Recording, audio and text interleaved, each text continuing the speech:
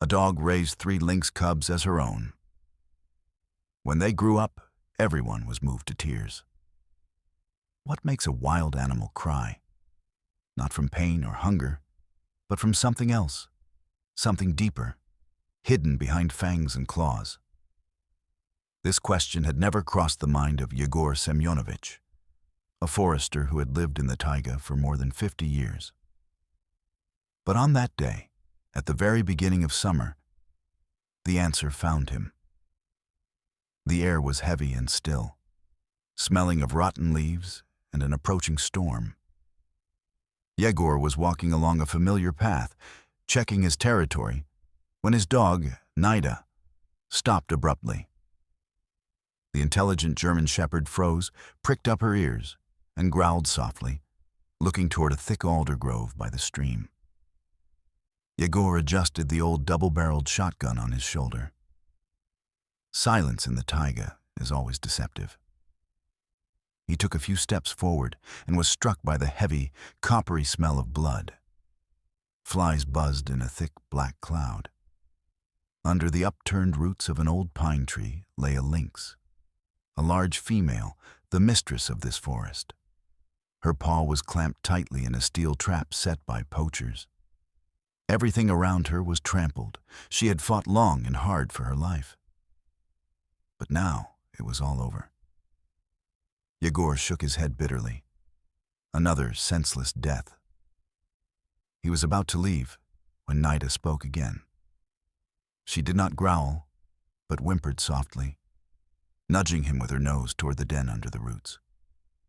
And then Yegor heard it, a thin, plaintive squeak, barely audible against the sound of the wind. He knelt down, pushed aside the branches, and froze. In a shallow hole, huddled together, 3 tiny balls were wriggling. Blind, covered with spotted baby fur, they were lynx cubs. They desperately poked their noses into their mother's cold body, looking for warmth and milk. Yegor realized that without their mother, they were doomed. Hunger and cold would kill them within a day. He looked at them, at the dead female, at the trap, and something stirred in the heart of the pragmatic forester. Carefully, one by one, he pulled out the lynxes and wrapped them in his jacket. They were almost weightless. At home, at the cordons, the fight for life began. Yegor poured the goat's milk he had kept for himself into a saucer and tried to feed them with a pipette. But the kittens refused to eat, spitting out the milk and squeaking weakly. They were dying before his eyes. Nida, his faithful dog, was beside herself. She circled around the box, whimpering and peering inside. Her body still remembered her recent false pregnancy, when she had been preparing to become a mother. But there were no puppies. Her maternal instinct, deceived by nature, demanded an outlet. She pushed the box with her nose, trying to look inside, her breathing rapid and anxious. Yegor watched his dog's torment in the fading kittens, and a crazy, desperate thought was born in his head. What if? The risk was enormous. A wild animal is a wild animal. But there was no other way out. He took the weakest kitten, which was barely moving, and carefully brought it to Nida's muzzle. The dog froze. She sniffed the unfamiliar smell, and then a miracle happened. She gently touched the tiny body with the tip of her tongue. Then again, and again. Feeling the warmth, the lynx kitten instinctively reached for her. Yegor, holding his breath, placed the kitten next to her belly. Nida lay down, curling up into a ball, and nudged the lynx kitten closer to her nipples with her nose. A minute later, 2 more joined the first. They had found a source of warmth and life.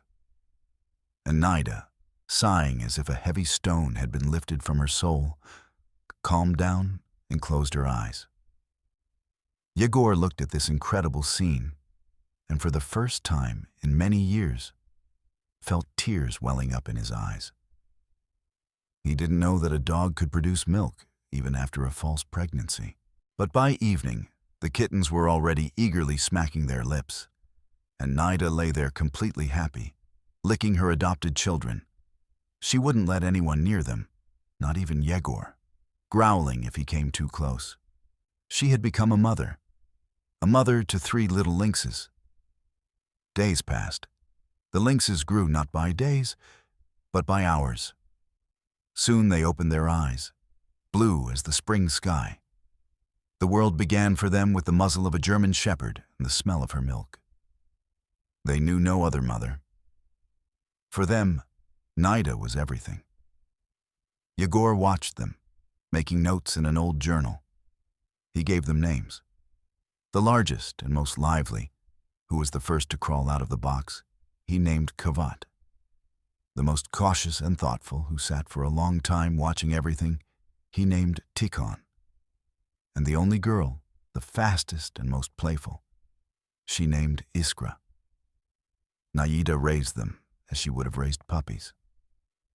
When they started biting, she would gently grab them by the scruff of the neck with her mouth to show them that this was not allowed.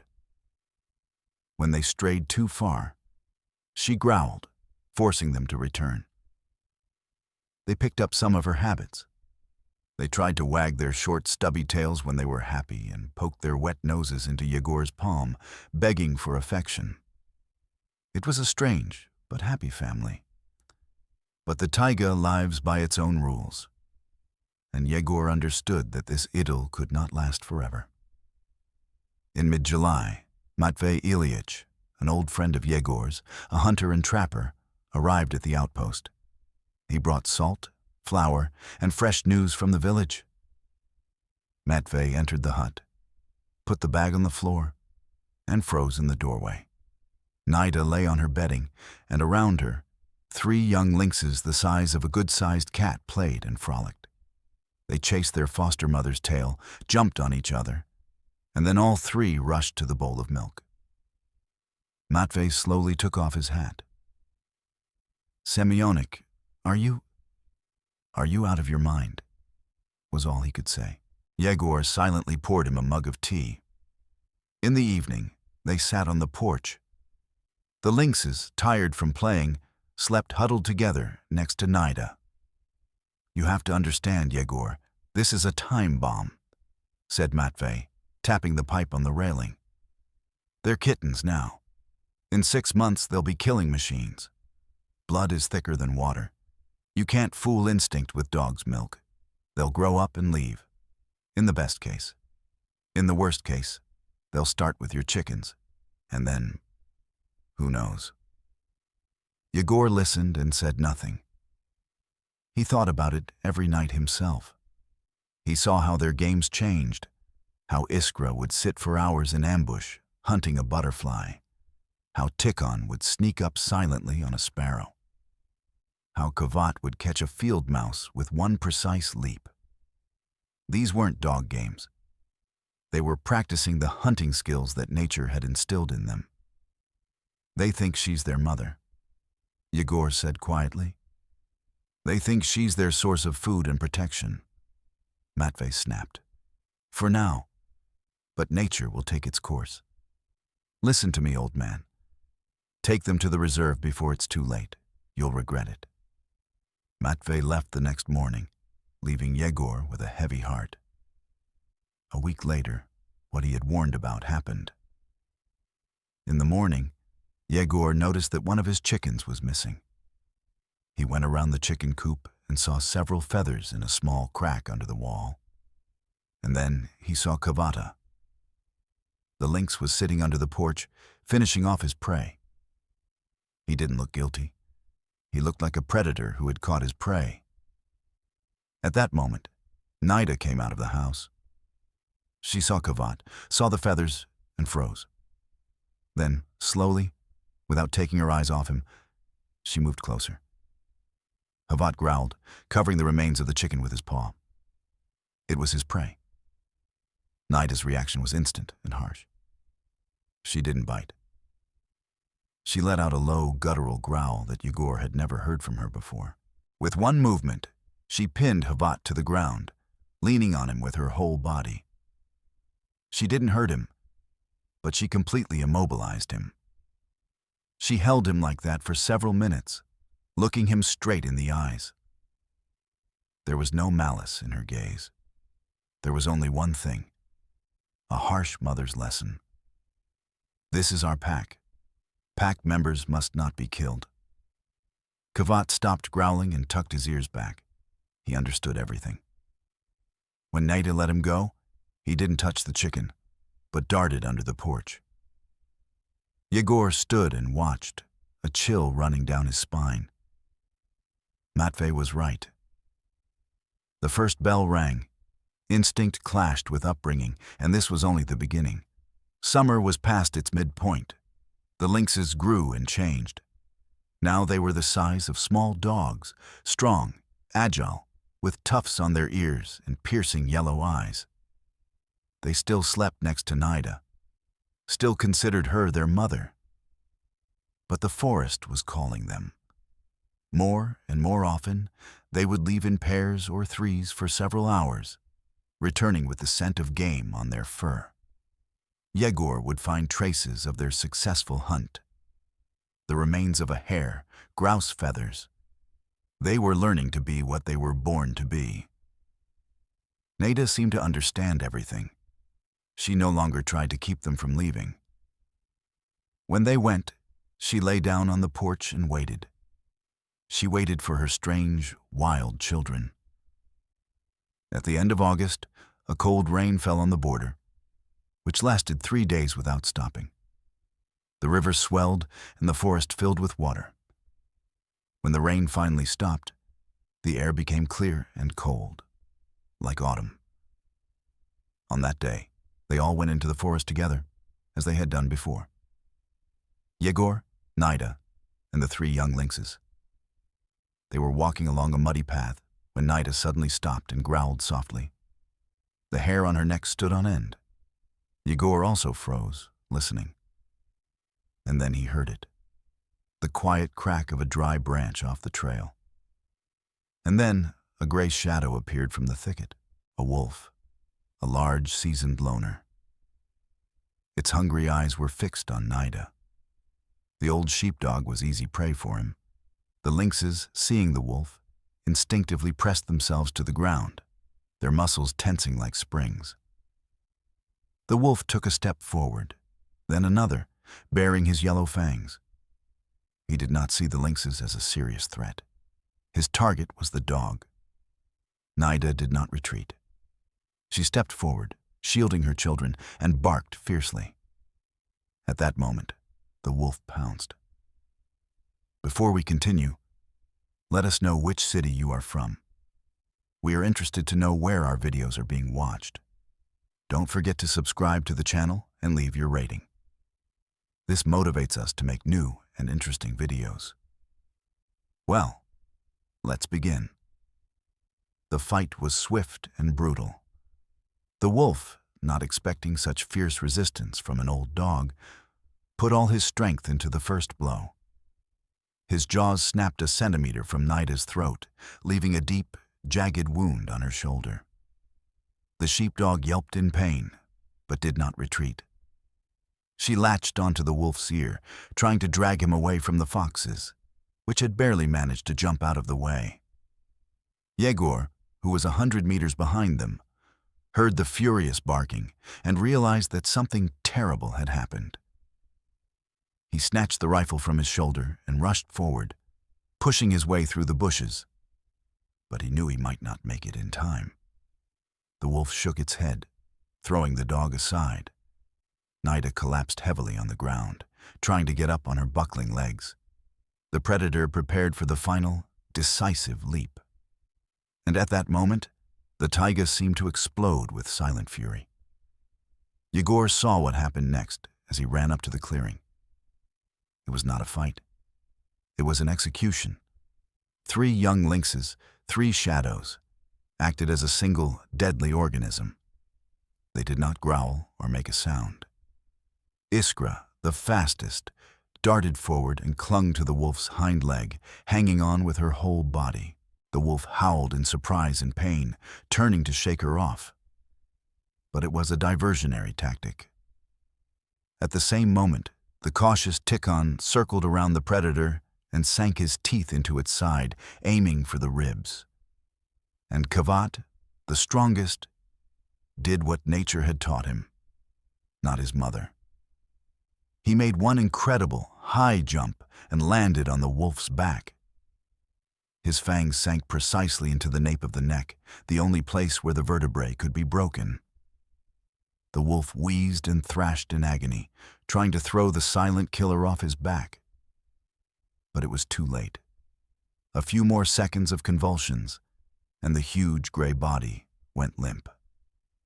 Silence reigned in the clearing, broken only by the heavy breathing of the wounded Nida and the sound of the wind in the treetops. Yegor froze in place with his rifle in his hands, unable to believe his eyes. His 3 kittens had just killed a seasoned wolf right before his eyes.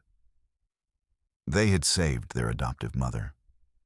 The lynxes let go of the dead carcass. They did not touch their prey.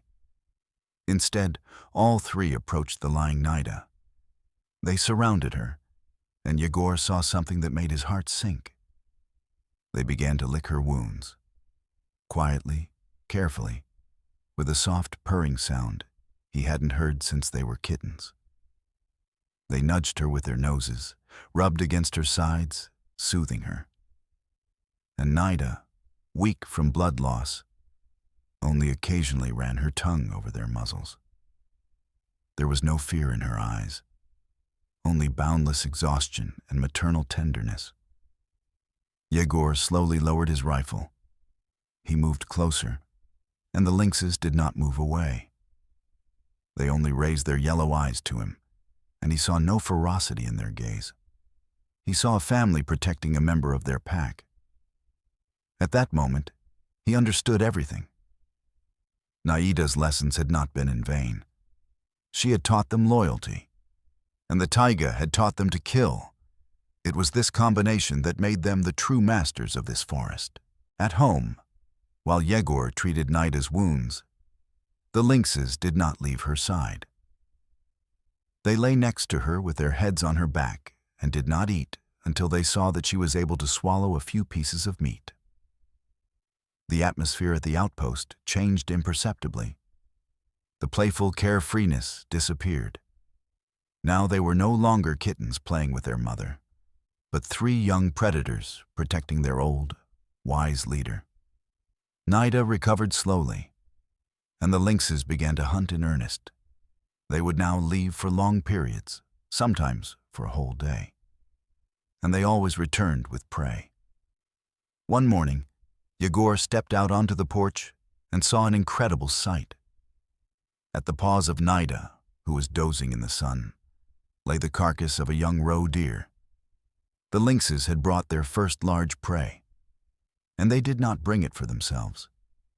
They brought it to her. It was a gift, a farewell gift, a sign that they had grown up, that they had become real hunters and could feed not only themselves, but also their mother. Nida woke up, sniffed the offering, and then licked Kavat, Tikhon, and Iskra one by one for a long time. This ritual contained everything: gratitude, pride, and the quiet sadness of farewell. Igor stood in the doorway, not daring to move. He was witnessing a mystery that no human should ever see. A farewell that took place without words, in a language of instinct and love, incomprehensible to the human mind. Kavat was the first to leave. One evening, he simply did not return from hunting. Naida lay on the porch all night, staring into the darkness, but he did not come. In the morning, she seemed to have aged another year. A week later, Tikhon followed him. He left differently. In the morning, he approached Nida, rubbed against her side for a long time, and then, without looking back, walked along the path toward the distant ridge and disappeared into the morning fog. Only Iskra remained. She was the most attached to Nida, the most affectionate. She held out for a few more days. She slept next to her, followed her everywhere, as if trying to delay the inevitable. But the call of blood was stronger. One cold September morning, she approached Yegor. For the first time in a long time, she allowed him to scratch her behind the ear, purring loudly like a domestic cat. Then she approached Nida, nudged her muzzle one last time, and slipped into the forest like a light, silent shadow. Nida did not whimper. She simply lay down on the porch, laid her head on her paws, and closed her eyes. The cordon was empty. The silence became thick and heavy. Yegor and Nida were alone again. Summer was over. The long Siberian winter was approaching. Nida hardly ever left her bed. She ate without appetite, and her eyes were filled with longing.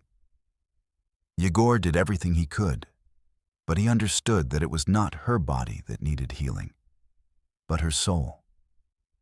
He was afraid that she would not survive the winter. One day in late September, the first snow fell. It covered the ground with a thin white blanket. At night, Yegor was awakened by Nida's furious barking. She was standing in the middle of the yard, barking at the dark wall of the forest. Yegor rushed out onto the porch with a lantern and a rifle. A beam of light caught two glowing green eyes in the darkness. A bear, a small but hungry brute, driven out of its den before the season. Such animals were the most dangerous. They feared nothing. The bear slowly moved toward the hut, ignoring the barking dog. Yegor raised his rifle, but the distance was too great for an accurate shot.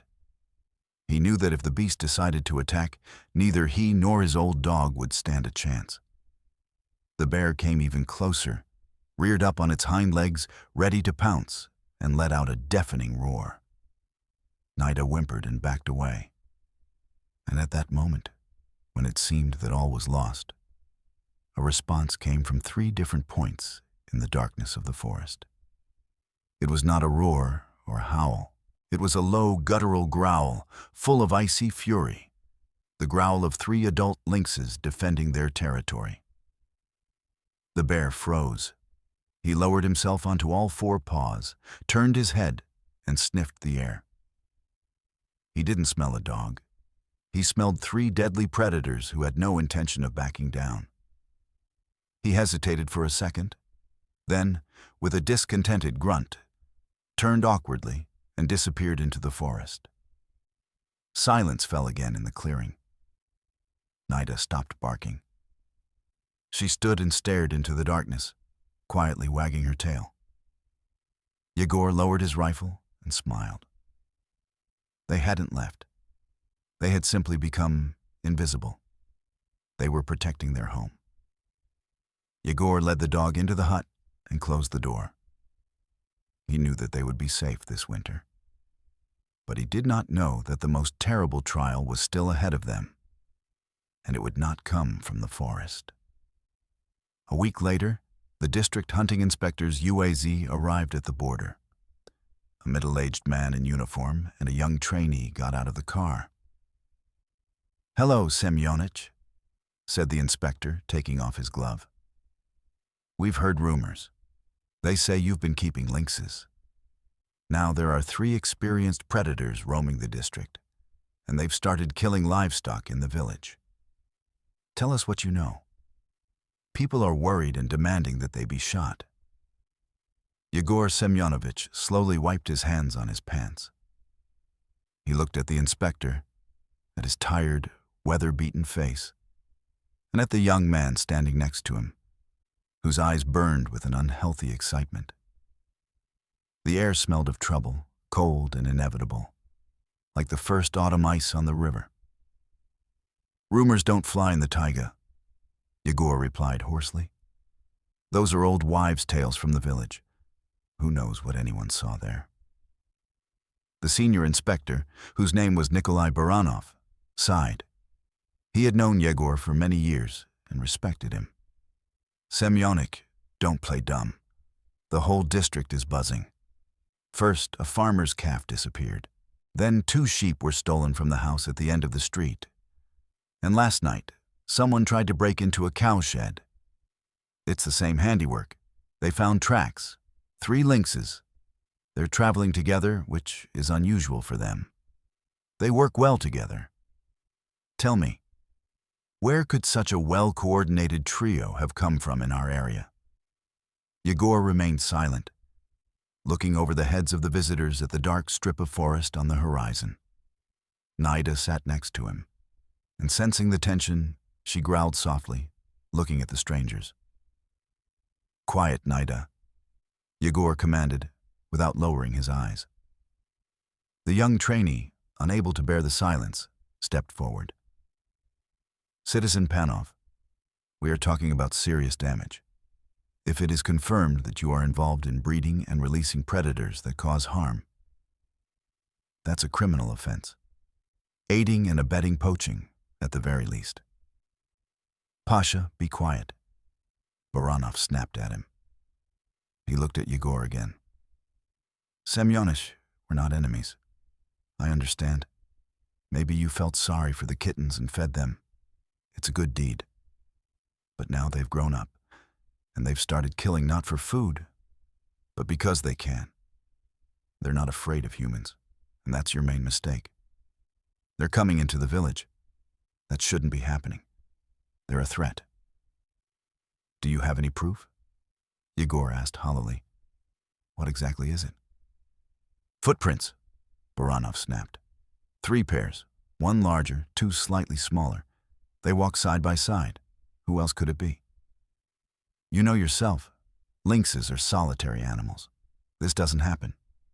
Besides, we found a red hair on one of the sheep's necks, not a fox's. We sent it for analysis, but it's obvious. The lynx was red with dark spots. Like your Iskra, right? Yegor felt a chill run through him. He remembered her. So affectionate, so playful. He couldn't believe she was capable of such a thing. But deep down, he knew the inspector was right. They weren't afraid of the smell of humans. They had grown up around them. The village wasn't off limits to them, just another place to find easy prey. His silence spoke louder than words. Baranov understood everything. He sighed heavily again. "So, Semyonich, I've got the paperwork. The order for controlled shooting has been signed. Tomorrow at dawn, 2 other hunters and I will go out to comb the area. Our task is to eliminate the threat. I stopped by to warn you, old-fashioned way. Keep your dog on a leash.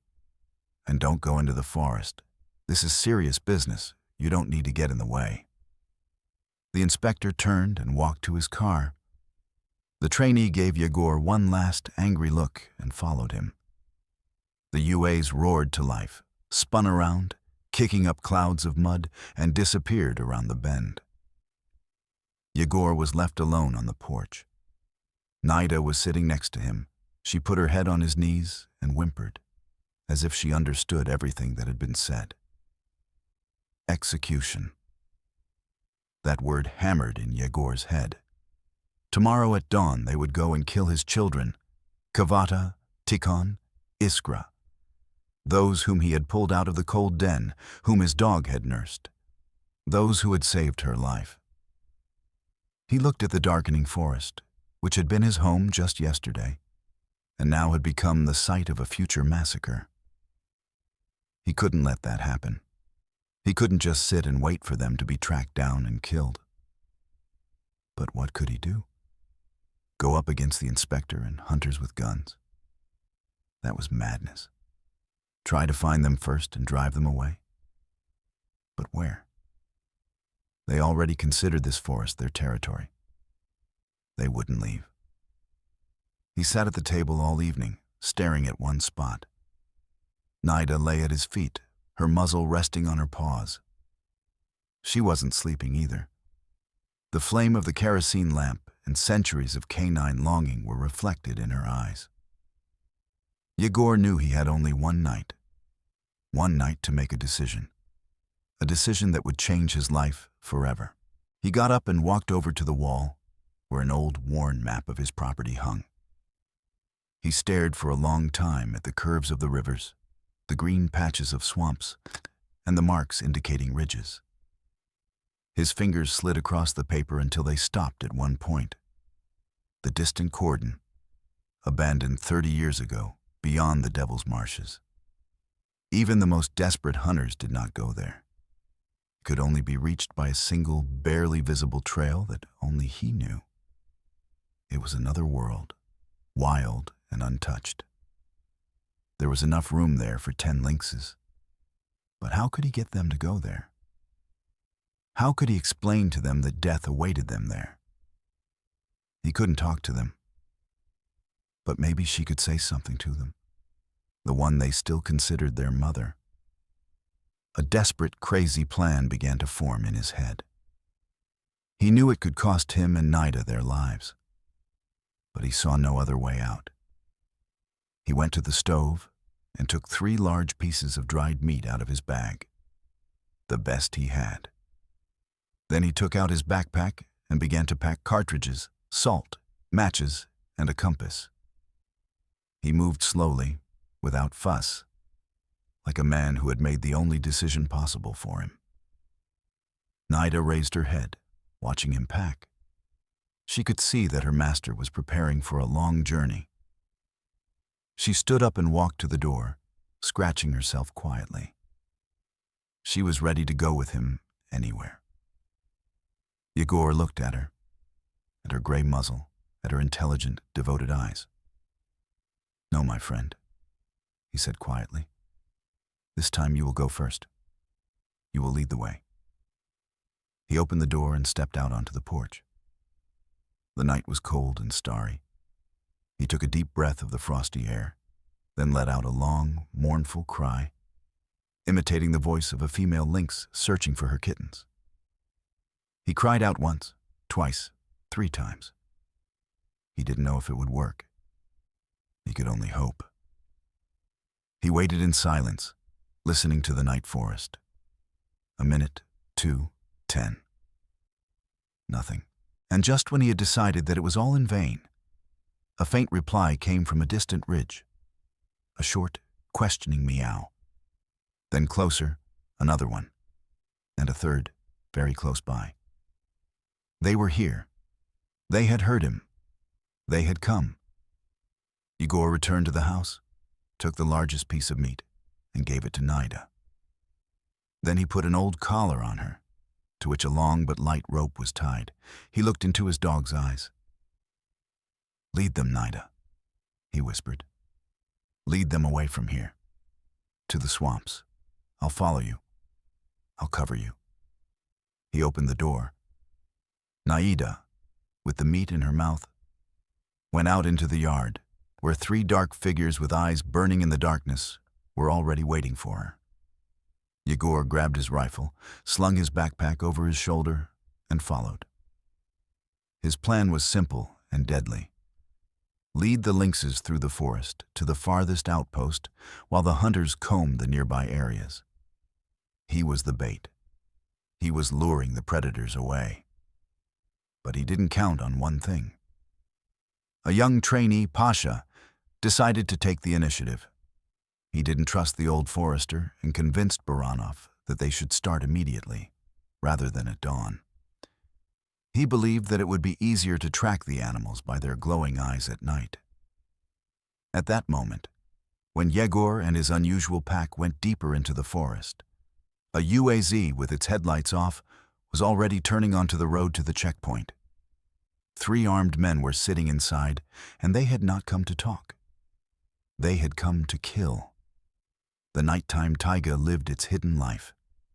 Thin ice covered the puddles and crunched under Yegor's feet. He walked a few dozen meters behind the group, guided by Nida's barely discernible silhouette.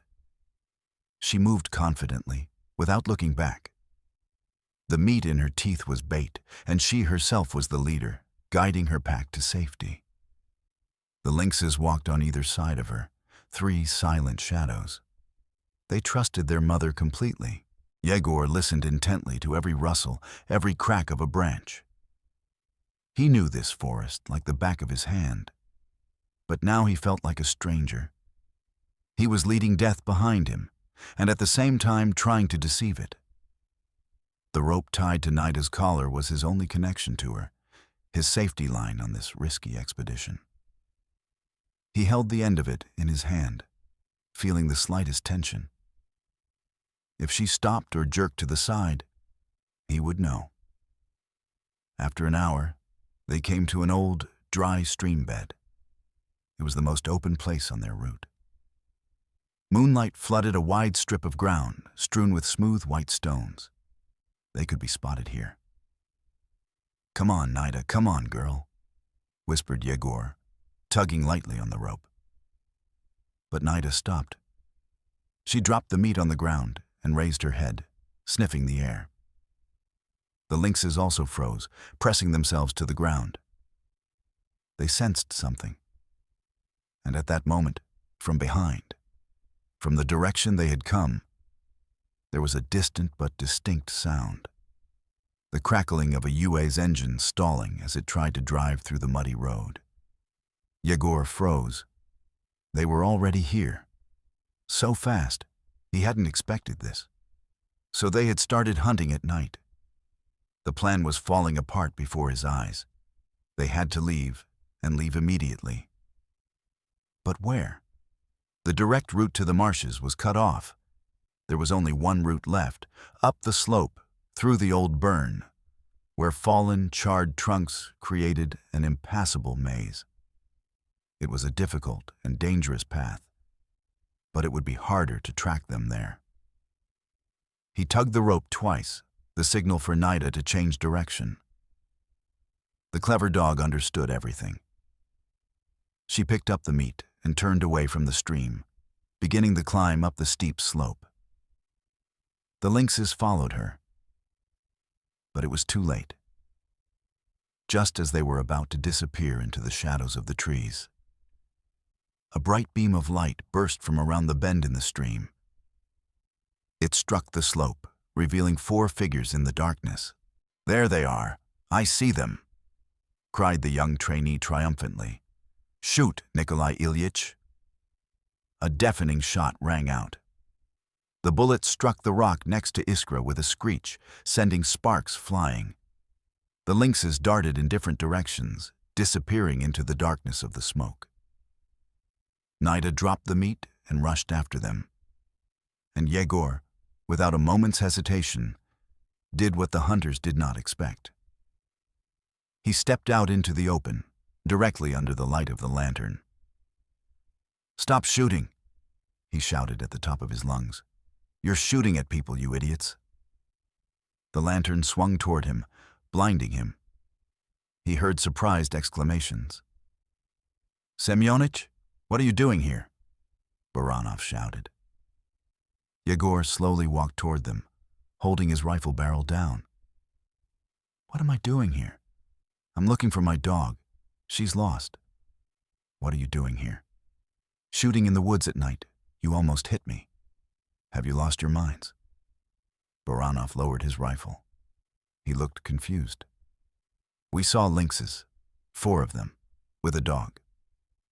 "What lynxes?" Yegor lied as convincingly as he could. "That's my Nida and 3 cubs that live by the stream. You would have shot them for nothing? Are you out of your mind?" The young trainee, Pasha, didn't believe him. "I saw them myself. They were lynxes, big ones, and your dog was with them." "Wipe your eyes, hunter," Yegor said angrily. "At night in the forest, you could mistake a tree stump for a bear. Let's go to the border and we'll sort it out in the morning. There's no need to be out at night." He deliberately stalled for time, giving Nida and the lynxes a chance to get as far away as possible. Baranov hesitated. On the one hand, he trusted Yegor. On the other hand, he was on duty, and his orders were clear. But shooting at an unknown target at night was a serious violation. "All right, Semyonich," he finally decided. "Let's go back. But in the morning, We'll search this place thoroughly. And if I find any lynx tracks, you'll have only yourself to blame. You'll be investigated for harboring and obstruction." They returned to the cordon. Yegor poured the hunters tea, pretending to be a hospitable host. He told them stories, answered their questions, and listened intently to the sounds of the night, praying that Nida would not return. He knew he had only gained a few hours. At dawn, they would follow the tracks, and they would find them. The tracks of 4 pairs of paws, 1 dog's, and 3 cats were unmistakable. When the hunters finally settled down to sleep in the guest room, Yegor went out onto the porch. Nida was gone. It was good and bad at the same time. Good because she was far away. Bad because she was there alone, without him. And ahead lay the Devil's Marshes. He returned to the house, grabbed some food, bandages, his sharpest knife, and slipped silently out the back door. He had no plan. He had only one goal: to find his dog. And if he was lucky, to help her finish what they had started. He followed their trail, which was clearly visible in the moonlight. He saw where they had split up after the shot, and where Nida had gathered them together again. He saw how she had led them, avoiding dangerous places and choosing the safest route. He walked for several hours until he realized he was at the edge of an old clearing. Ahead of him was a forest, and beyond it, judging by the smell of dampness and decay, lay a swamp. The tracks led straight there. And then he saw something that made his heart skip a beat. On the damp ground, next to Nida's and the lynx's tracks, there was another footprint, huge, with long claws, a bear's, the same one. It hadn't left. It had been following them. It had smelled the blood from Nida's wound. Or maybe he was attracted by easy prey. 3 young lynxes and an old dog. Yegor quickened his pace. Now it wasn't just an attempt to escape the hunters. It was a race against death. He entered the forest, which was becoming increasingly damp and dark. Water squelched under his feet. He could already hear the croaking of frogs and smell the heavy odor of marsh gas. He was almost there. Then, from behind a thick wall of reeds, he heard a growl, low, vicious, full of pain. It was Nida. He rushed forward, pushing aside the stalks, and ran out onto a small clearing at the edge of the marsh. The sight that met his eyes was terrifying. Nida was lying on the ground, pinned down by a huge bare paw. A splinter from a broken tree that the beast had thrown at her was sticking out of her side. She was alive, but barely moving. Around her, 3 lynxes circled like 3 raging furies. They lunged at the bear, digging their claws into its thick hide, but he just swatted them away like annoying flies. He was too big and strong for them. Havat, the bravest, tried to repeat the trick that had worked on the wolf and jump on the bear's back. But the bear was no wolf. He spun around and struck Havat with such force that he flew several meters and crashed into the swamp water. Tikhon and Iskra froze for a moment when they saw what had happened to their brother. At that moment, the bear left Nida, turned around, and headed toward them. He had decided to finish them off one by one. Yegor realized that he only had a few seconds. He raised his rifle. The distance was short, but the beast was moving. Missing would mean signing a death warrant for himself and the rest of his unusual family. He aimed at its head. But at that moment, the wounded Nida did something incredible. Gathering her last strength, she jumped up and clung to the bear's hind leg. The bear roared in pain and surprise and froze for a moment, turning its head back. That moment was enough for Yegor. The shot rang out. The bullet from Yegor's old but reliable rifle hit exactly where he was aiming, at the base of the skull, just as the bear turned its head. The huge body of the beast shook. It let out a short, gurgling rattle and collapsed heavily to the ground, just a couple of meters away from the stunned Tikhon and Iskra. The sound of the shot faded away in the marshy silence, leaving behind only a ringing in the ears and the thick smell of gunpowder. For a second, everything froze, and then the world started moving again. Yegor dropped his rifle and rushed to Nida. She was lying on her side, breathing heavily, and dark blood was gushing from the wound where a splinter was sticking out. Her eyes were half closed, clouded with pain. "Nida, my girl, hold on," he whispered, trying to staunch the wound with a rag he had torn from his backpack. He knew that things were bad, very bad. Tikhon and Iskra, recovering from the shock, ran not to the dead bear, but to their brother. Kavat lay in the murky water at the edge of the swamp, his neck twisted unnaturally. Tikhon poked him with his nose, then again, trying to lift him up. But the body did not move. Iskra let out a quiet, plaintive cry, like a child's cry. They all understood. Their brother was dead. Yegor looked at the scene, his heart breaking with pain and helplessness. He had saved some, but lost another. The tragedy that Matvey had warned about had come to pass, but not at all as he had imagined. And it was not the lynxes who were to blame, but the blind fury of the taiga. He carefully pulled the splinter out of Nida's side, and the dog let out a muffled whimper. The blood flowed more freely. They had to return immediately, or he would lose her too. He bandaged the wound as best he could, knowing it was only a temporary measure. Then he approached the lynxes. They stood over their brother's body, and there was no longer any childish playfulness in their yellow eyes. There was only coldness. The coldness of their first real grief and the understanding of the cruel law of life. "We have to go," Yegor said quietly, as if they could understand him. "We have to go before they come." He lifted Nida's limp body into his arms. She was heavy, but the adrenaline gave him strength. He took a few steps and looked back. Tikhon and Iskra didn't move. They looked at him, then at their brother's body, then at the dead bear. And in Iskra's eyes, Yegor saw what he feared most, a wild, primitive fear of humans. He stood before them with his loud, fiery weapon. In their world, everything they trusted had just collapsed. He realized that they would not follow him.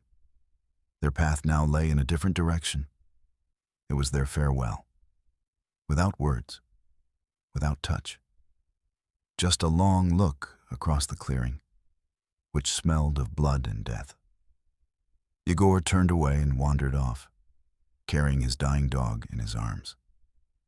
He didn't look back, knowing that if he did, he wouldn't be able to leave. The way back was hell. Every step was painful in his back, his arms numb under the weight of Nida.